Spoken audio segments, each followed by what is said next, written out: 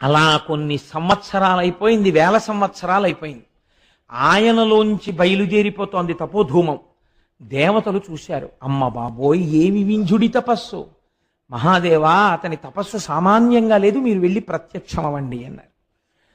శంకరుడు సాకారమును పొంది, అంతటా ఉన్నటువంటి నిర్గుణమైన పరబ్రహ్మము సాకారమును పొంది ఎదురుగుండా వచ్చి ప్రత్యక్షమయ్యాడు.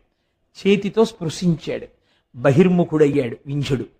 నాయన ఎంత గొప్ప తపస్సు చేశావురా, ఏం కోరి ఇంత తపస్సు చేశావు చెప్పు, నీకేం కావాలో చెప్పి ఇచ్చేస్తానన్నాడు. ఇదొక చిత్రమైన సన్నివేశం. కొంతమందికి ఏం కావాలో తెలియదు, ఇంకా ఆ స్థితి పోలేదు. ఏముండిపోయింది, ఇప్పుడు మేరువు కన్నా తన గొప్ప కావాలని ఉందంటే మనస్సులో, దానికి ఏం అడగాలి తెలియదు. అందుకని ఏమని అడిగాడో తెలుసా అండి, పెంపున సంగు లోకమున పెద్దగా చేయుము, నన్ను లోకంలో పెద్ద